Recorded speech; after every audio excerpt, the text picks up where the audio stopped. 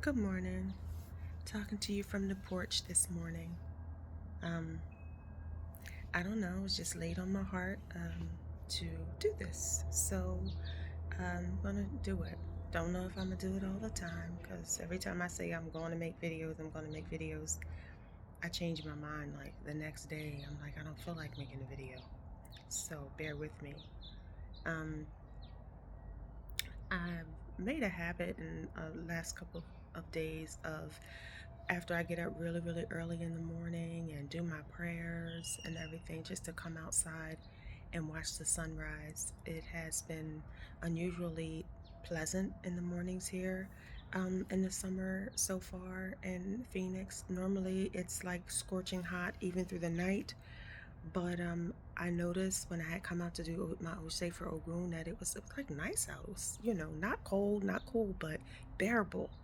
So I've been coming out here in the mornings and just sitting. And so I figured it would be nice to share some of my thoughts. Well, this morning, what's on my mind is I was thinking about my day yesterday and a few things that happened. Yesterday was Ogun's Osei Day, and we got up really early. We had our meeting with our Oluwo in our Ile yesterday. And so we had a busy, busy morning. Yesterday was also a day that I decided, I got this feeling that I wanted to celebrate my sister, her life, and it was also would have been my husband's grandmother's 99th birthday. So I was like, yeah, let's celebrate. Something in my gut was like, yeah, that's something we need to do. And so yeah, I felt really good about it. My mama was here.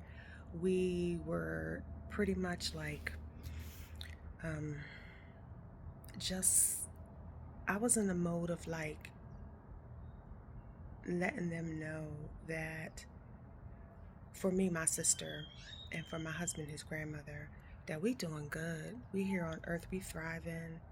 I'm surviving. I'm doing more than surviving. I'm blessed. I'm doing really well. I'm growing. I'm learning. Life is good to me. I'm very blessed. And just having appreciation and giving thanks because my little sister is a person who loved me very much and poured into me. We poured into each other. That was the kind of relationship that we had. And the last words she spoke to me is, she was in the hospital. I was very concerned for her because at that time, there was no internet. But I was at my mom's house, and my mom used to have like these medical journal type things where they were like these books that would explain different conditions and stuff. And so my sister was telling me that the doctors at the hospital thought that she would have had meningitis was one of the things, and I forget what the other thing was. But anyway, when I looked at my mama's book, that she had, both of them were like fatal. And so I'm on the phone with her, and I just start crying out of nowhere, and I'm like, I don't feel good. I have a bad feeling about this. And she just kind of chuckles and she's like, Sissy, listen, I'm never gonna leave you. You know that. I'm never leaving you. You know that. That was how she wanted to console me. And so, I was like, okay, I'm on my way to the hill, which was our dad's house. Me and Isha, who's my sister, we're gonna come see you at the hospital tomorrow. My sister passed away at 2 o'clock in the morning. So that was the last conversation we had. And I don't take that lightly that she told me she was not going to leave me. And now that I know what I know about Egbe, and I know what I know about Spirit, she has not. She's kept her word. She's been there every step of the way, supporting my life in so many ways. The way that she did, like, it's no coincidence that right after she left and transitioned and ascended to Orun is when my husband came into my life. And when I tell y'all, my husband has been a joy, and he's been, since my sister, the closest person to me. It just in this way that very familiar to how she and I were with each other. That's how the two, my husband and I, are. I know all marriages aren't that way. I've had a few, but this one hit the mark, and I always felt like it was her that was pulling strings on the other side.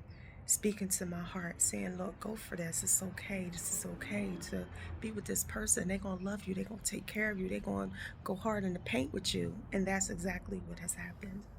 So I just give that little backstory of the mode that I was in yesterday, celebrating and giving thanks for, the support of my sister, the support of my husband's grandmother, who raised him to be such a beautiful person, a beautiful human being, a decent man.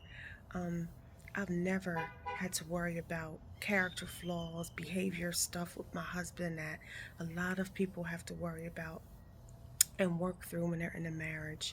I have to say, some of my biggest issues with my husband are things like his socks in the floor, he won't pick them up, or, things like this, like, him being on video games, and I have to call him a couple times if I need him for something.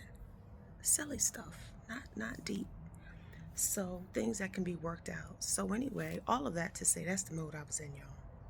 So my husband leaves and he goes out, and as he's out, he's like, he stops and he gets a prescription for me that was at the pharmacy. And after he gets my prescription, he decides he's going to go ahead and down to the Whole Foods. And so he wants to go ahead and hop on I-10. Well, as he was getting on the on-ramp, he realized he couldn't get on I-10. They had just shut it down. And he's like, what is going on? But he ended up sitting there for like an hour and a half, almost 2 hours actually, like barely moving. And he calls me and he's like, babe, there's like a really bad accident on I-10. I don't know what's going on, but I tried to get on the on-ramp from the 202. And he's like, and I can't. I'm just literally sitting on the on-ramp. I can't even turn around. And so eventually, they cleared it where they allow people off. And he came home safely. My daughter, who was on her way here, so was traveling in the opposite direction. So she was coming I-10 west, saw the remnants of the accident, and she was like, oh my goodness, I didn't know Dad was like there where he was. She's like, accident's like 5 minutes up the road from where he is. And she was like, Mommy, it was bad. She said, I didn't even want to look at it. I wanted to close my eyes. I was driving, but I wanted to close my eyes. She said it was so bad. She said they had to use the jaws of life. And she said, I don't know if there were survivors in that accident. My husband was 5 minutes away. And I'm saying, oh my goodness, he stopped to get my medicine. That saved him from being in the mix, right? So he comes home. I hug him real tight. Him and my grandson, I hug him real tight.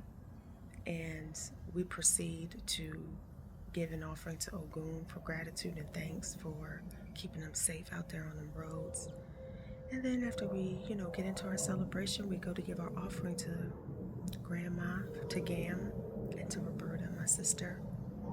And as we go, my husband he gives the offering to Egungun. He comes back and he says the message was that they saw death, but they said the celebration that we're doing today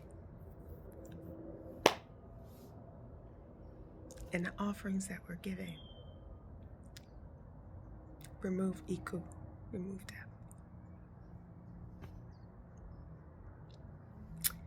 Isheshe is a lifestyle. It's a way of living. It's a way of being. It isn't mysticism. That's real. So that's what I'm sitting with this morning.